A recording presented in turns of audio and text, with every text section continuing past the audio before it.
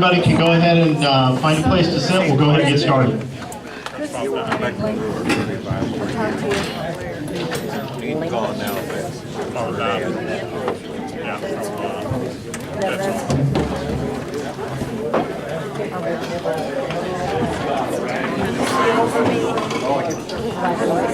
Welcome everybody to the meeting of the Quincy Tea Party. My name's Dan Moosalt, and I have the pleasure of introducing Terry Carey for the pledge and the prayer. Good evening, everyone. Father Don, could you please come up here? I know you're here. Hi. Father Don, and I welcome everyone. Father Don is going to do our invocation for us this evening. Let us bow our heads in prayer. Lord, I love this country. My ancestors came here in the early 1800s seeking freedom and the opportunity to make a living, leaving behind the wars and economic servitude of the old country. They settled here in Adams County and farmed near Mill Creek. I was born and raised here in Quincy, attended schools and church here. I had my first 2 jobs here as a kid, sweeping the floors at a print shop and cutting grass on a golf course. I have many friends and family in the area. When I lead worship on Sundays, there are often a half dozen cousins out in the congregation, and those are the ones I know. There are surely more, as it seems nearly everyone in Quincy is related, and that is good. My parents and grandparents are buried here in Calvary Cemetery, and someday I will be laid to rest there. I love the view of the Mississippi from these bluffs and the fertile valley beyond where my mom's family farmed the rich soil. I love walking our streets, feasting on the architecture of homes palatial and humble, knowing that I am safe, for good folks live on every block. I love the farm fields that surround this town where our neighbors grow and the bounty that we enjoy on our tables. My brother, after 50 years of working around the country, chose to return here in retirement. He said it was one of America's best places. I agree. Lord, I love this country and this community. I find it so hard to realize that it is being threatened by big city politicians who dismissively call this flyover country. They think they know better.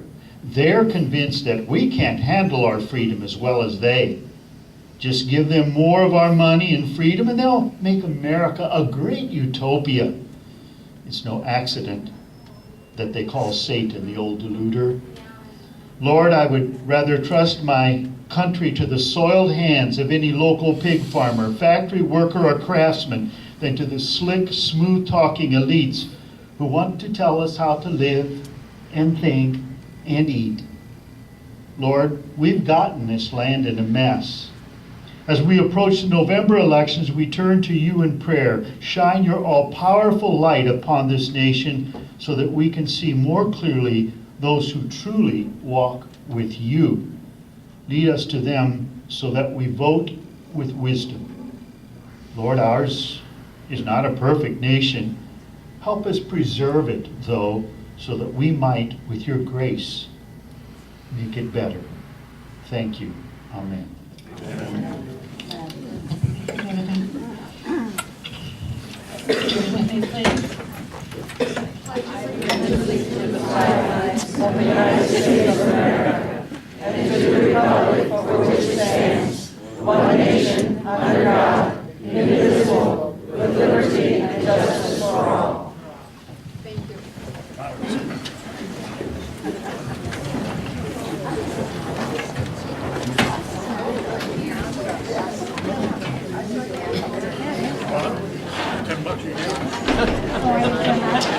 Well, again, welcome everybody, and welcome especially to the number of first-time visitors. I know that I've seen a lot of faces tonight that I haven't seen at one of these meetings before, so welcome, and I'm glad you're here.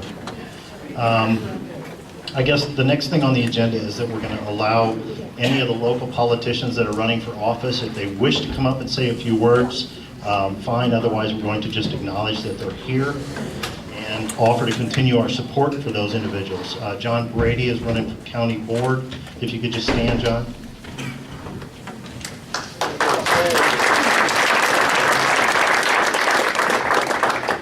Jill Tracy is here.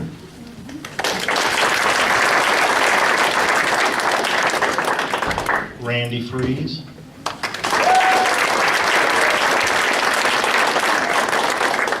And Laura Donahue.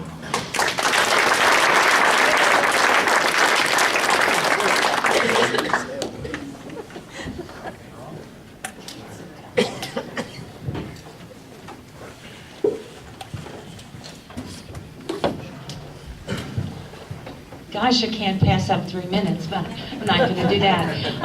Thank you all for being here. You're an incredible group of people, and I just want to say very quickly, because we do have some wonderful speakers. Mr. Tucker, I heard you on the radio today.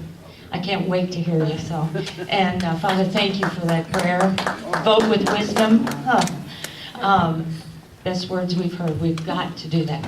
I'm running for Adams County Circuit Clerk. I need your help. We need to get out there and work. We've got 35 days. We've got a big sign afternoon Sunday at the headquarters from 1 to 5, I think. So come out and help us put out some signs. And if you want signs, I got them in my car, just in case you don't want to go at the headquarters. But we have a large agenda tonight, and I'm not going to take up more of your time. I just want to say thank you for all that you do. You're an incredible group that has helped this country. You really have. The Tea Party stands for something, and I know everybody in this room, I know how you think. And that's special. It really is when you look around and we see how important you are to our country. Thank you for what you do. Enjoy the evening, and thank you, Dan.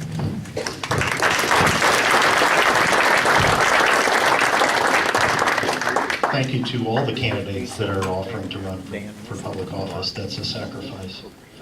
Real quick, we'll do some announcements and then we'll get to our speakers. Mary Beth, if you could come up real quick. We're going to talk about Get Out the Vote campaign.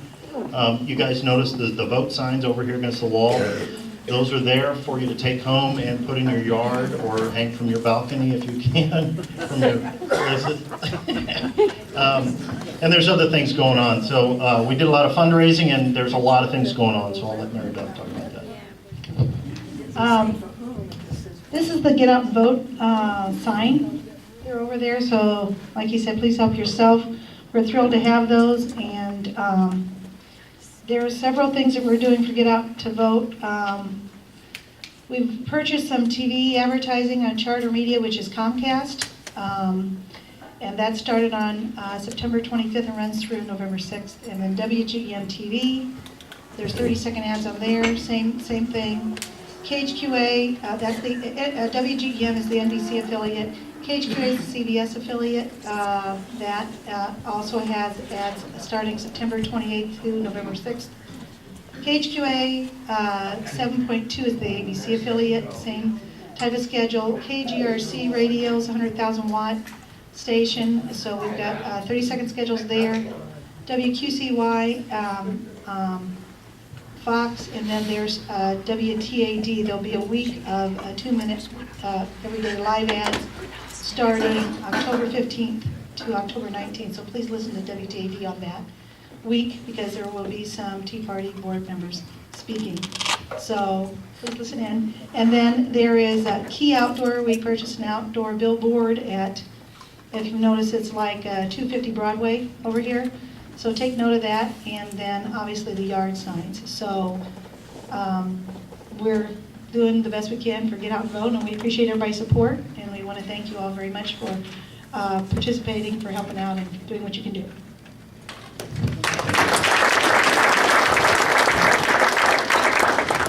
Yeah, don't forget on the way out, grab a yard sign. If you can put your name down when you get those yard signs so that we can get a hold of you after the election. We'd like to use those again in the spring. The quilt raffle is still going on. The quilt's hanging back up on the divider back there, but we're Tom Darnell is going to come up and just say a real quick couple of words about that. We're going to have the drawing in November at the November meeting. Well, as Dan just mentioned, we're going to have a drawing election night. It's real important for everybody that took some of these to get those in and get the money in. We've got to pay these bills that Mary Beth just spoke of, and I still have some of these tickets up here. If anybody can get them sold, it's all going to Get Out the Vote campaign. You going to mention these? At the same time we do the quilt, I think we're going to draw another ticket. And there's a series of DVDs here. If anybody wants to look at it, we'll leave it set out so you can see what it is. All real conservative type stuff. This is from the American Heritage. So these will also be drawn from the same tickets.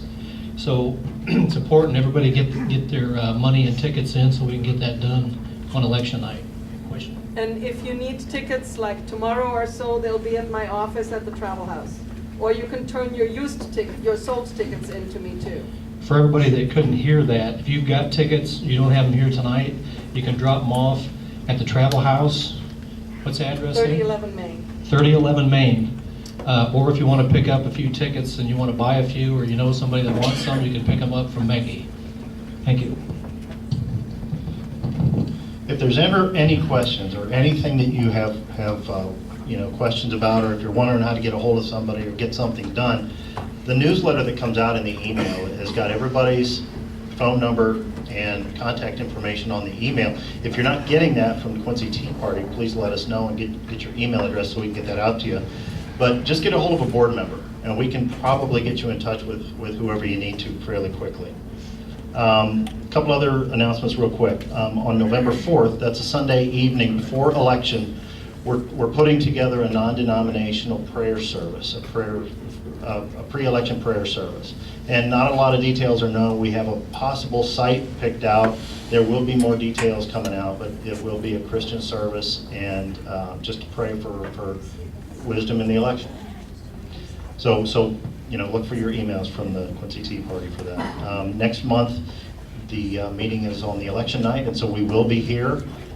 We've got a big screen TV lined up at the hotel. We'll be here as usual, and we'll just watch the returns. And if everybody wants to, we're probably not going to do the meal next month, but if you want to bring your own cooler, bring your snacks or whatnot, we'll get together and hopefully celebrate a victory for the right people.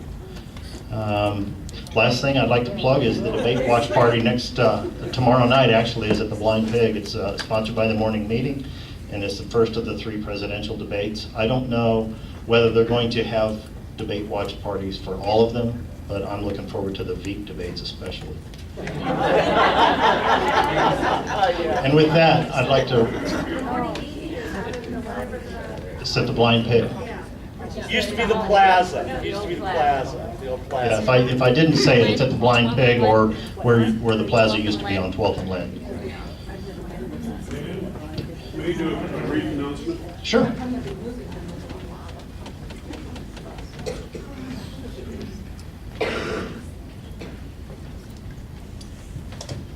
This past Sunday on the Fox Business Network, there was a program put out by the Lutheran Church Missouri Synod called The Intersection of Church and State, and it is now available on the internet. I think if you just Google Intersection of Church and State, you'll find it. It's available on YouTube. It's definitely worth watching. Thank you. Carrie is going to introduce our speakers. Before I do that, there has been a movie, and I feel like it's about us too. There was a movie out that is called The Last Ounce of Courage. Has anyone here seen that? All right, at the end of the movie that day, they applauded. Everybody was applauding. Did they do that the day you were there? And I feel that's what we are. We're just, it was a great movie, and it'll be out on DVD soon too, I'm sure. Okay, I am going to first bring up Christian, and Christian Berner it's so exciting to see young people involved today. Come on up, Christian. And you began in August, I believe, and they're high school students that are now freshmen over at U of I, And their group is called Restoring Our Principles. They have a table up here. So after the meeting, they'll be here, but I'd like to turn this over to Christian right now. Thank you for being here with us. Good evening, Patriots. My name is Christian Berner, and I'm the president and founder of Restore Our Principles student-led organization. We are a student organization dedicated to promoting the ideals that have made the United States an exceptional nation. And then we work to educate and energize the youth. Restore Our Principles believes that the youth deserve to have a voice in the issues that our country faces today. Not only are we seeking to promote an environment in which students are able to engage in political discourse, but also we are working to repel the unfair pressures and biases of the media, academia, and the like. Restore Our Principles will show how the youth can gain a voice and then use our voice to change elections, to change policies, and to create a better future. The goals of our activism and outreach measures are to help students gain interest in politics long before they're even able to vote. Although our focus is different at each level of education, we feel that each age group can then learn from each other. We hope to bring together students of all ages and all levels to bring together different opinions and then different experiences. And now I'd like to transition into a more specific topic of discussion. And this idea is one of the most fundamental aspects of man's nature, and something that Restore Principles believes is necessary to promote. And this is man's ability to choose.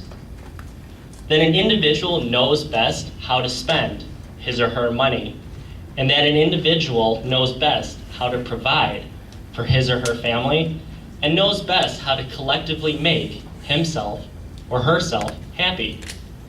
As one of our country's founders, James Madison, put it, what belongs to no one is wasted by everyone. What belongs, though, to one man in particular is the object of his care and his economy. Although this seems to be a common sense ideal that both sides of the aisle should happily agree with, it turns out that this notion of believing what is best for yourself is not often a particularly popular idea in Washington. It seems nowadays that actually the exact opposite is true. Rather than deciding what is best for yourself, the opposite perspective ultimately seeks to establish a large bureaucracy populated by strangers who then make your life's decisions. Mark Levin, a conservative author and radio host, made popular the term statist. A statist, as defined by Mark Levin, is one who seeks to grow the state at the expense of an individual in his liberty. These goals are very clear, but it's the methods that are deceitful. The statist promises equality and security, but then ultimately delivers tyranny. And this tyranny imposes a system that is contrary to human nature and human tendencies. The statist does more, though, than what Madison described, though, as waste. While it is wrong for an individual to steal, and we have laws then punishing individuals who choose to steal, when the statist steals, it's actually labeled as a virtue because it is done so in the name of the public good.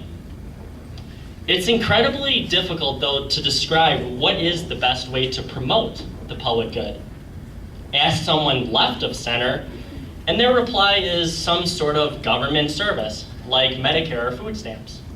Ask someone then right of center, and the answer, though, is not that much different, except that the key difference being that the service is limited could possibly be better provided by a private institution, and that the system ultimately still promotes self-sufficiency and individual choice. So again, we're referred back to this notion of choice. Under one system, choice is suppressed, and the economic structure that is put into place is contrary to human nature. On the other side, we have a system that allows individuals to allocate their resources in the way that they best see fit. Unfortunately, though, many people and politicians are driven away from this nature. It must be realized that we cannot continue to develop a system that promotes the notion that strangers should make our life's decisions. And to combat this, the argument must be made that the only economic system that allows for the maximum amount of choice and prosperity is the free market. The free market promotes entrepreneurial activity on a level completely unknown to other alternatives. In the last few centuries, more people have been uplifted out of poverty than all the other centuries before that combined. So this was able to happen because for the first time, more than just the intellectual elites and lords of the land had the opportunity to pursue their ambitions. The individual became no longer just a producer and consumer of goods. Individuals under a free market can achieve self-worth and gain self-sufficiency. It is only under the free market that an individual can rise and fall, but then rise again. And Mark Levin then eloquently states in his book, Liberty and Tyranny, that the free market discriminates against no race, religion, or gender. The truck driver does not know the skin color of the individual who produces the diesel fuel for his truck. The cook does not know the religion of the dairy farmer who supplies the milk to his restaurant. And the airline passenger does not know the gender of the factory workers who manufacture the airline parts that transport him, and nor do they care. As described earlier, the free market allows individuals to gain self-worth. And the most visible sense of self-worth is private property. Private property is the physical manifestation and the mental exertion that no other system has ever created because it can reward its patrons better under the free market. Unfortunately, we can only, though, do so much in our lifetime. We have a finite amount of time and energy.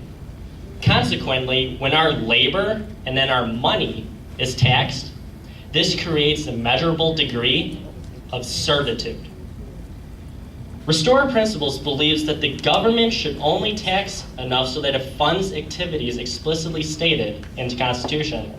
If the Constitution is not our foundation, the statist will never end his campaign to tax and ultimately enslave. The statist's biggest assault on individuals' hard-earned money in the United States is the progressive income tax. Despite the claim that we have in the United States reasonable taxes and the rich do not pay their fair share, the United States still in fact has the most progressive income tax in the world.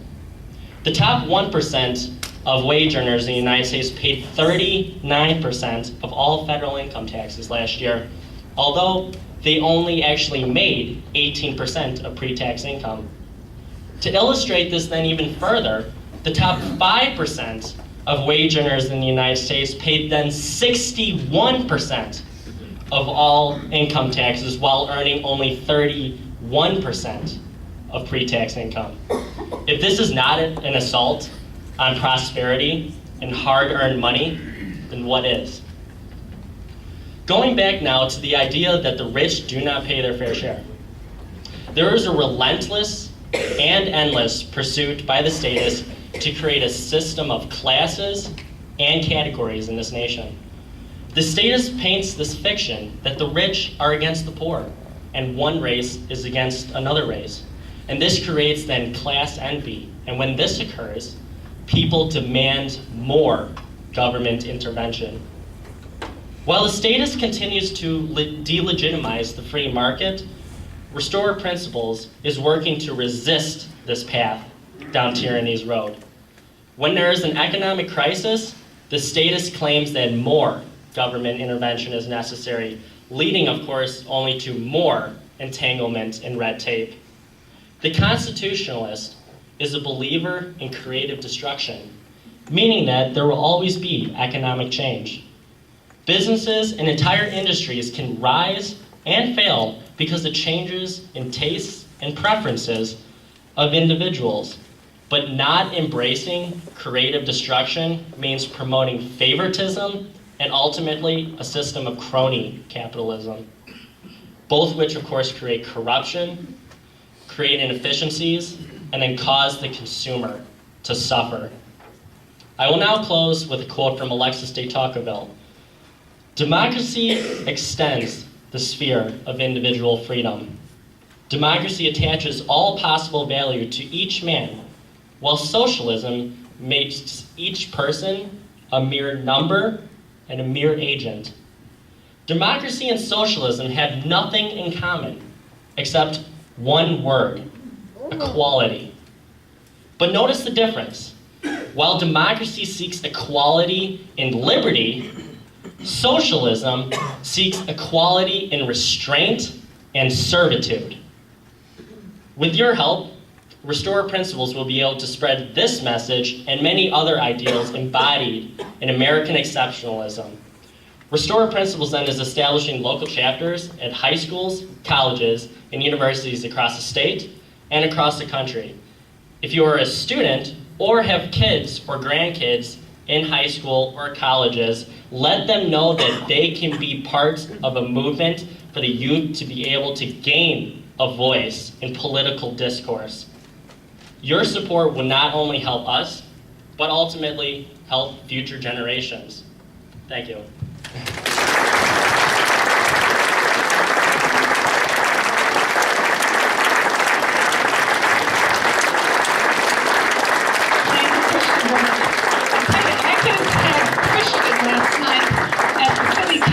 With me being the fourth speaker that night, talking about personal choices, who makes the best choices in our, for ourselves, the monopoly, the government, or individually as your family. Thank you so much. And like they're on Facebook,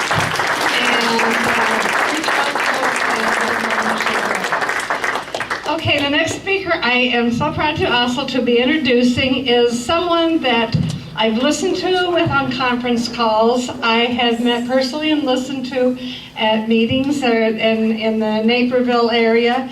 And come on up, Steve, if you would, please. See Stephen. We became involved with the Illinois Tea Party, and their link is on our Quincy Tea Party's website. And kind of right after the Tea Party all started, when we weren't, when one individual was not allowed to talk at a city council meeting, I started becoming engaged with that group up there.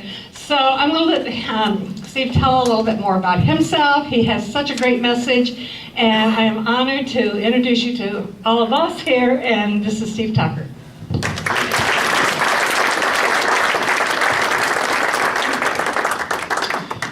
Wow, what a great crowd. This is great. I've been speaking all over the Midwest for the last 3 years since the worst piece of legislation in U.S. history was passed, without one Republican vote, on Christmas Eve, December 24th, 2009. And I started reading the legislation because I've been in this business, in the health insurance business, for 17 years. And I've been writing on health insurance policy for many years before this health care law passed. And so before it was passed, I kept hearing the president twist the truth. Now, is it okay if I call him a liar this evening? I don't have to be political. Okay. The president is a liar. And I'm going to tell you why he's a liar. Because when you call the president of the United States a liar, you should back it up with facts. And so it's my opinion he's the greatest liar since the father of the lie. And I mean that in a biblical sense. I find myself even today watching him, and he's so good at it, I have to go back and fact check. Wait, oh no, he's still lying. So I'm going to go over with you the 5 biggest lies the president told. 4 of them were used to pass this legislation and fool, unfortunately, a big enough majority of the population to support his health care law in the name of several things. In the name of health care reform. Then, of course, that wasn't polling well because we demonized the doctors and hospitals. That doesn't go well, so then it changed it, remember, to health insurance reform. Everyone's had a problem with their insurance company. So that was much better at the polls. So I'm going to go over the 4 things he told us, and then I'm going to go over the biggest lie that he's telling today. And it's very important that we understand that it is a lie, and that how we can defend someone who's running for Vice President of the United States, Paul Ryan, against the vicious lies from the left regarding what he's going to do to Medicare. So, first of all, before the legislation passed, do you remember the number of American uninsured? It kept climbing and climbing. Remember, it was 20 million, then it was 25 million, then it was 30 million, then it was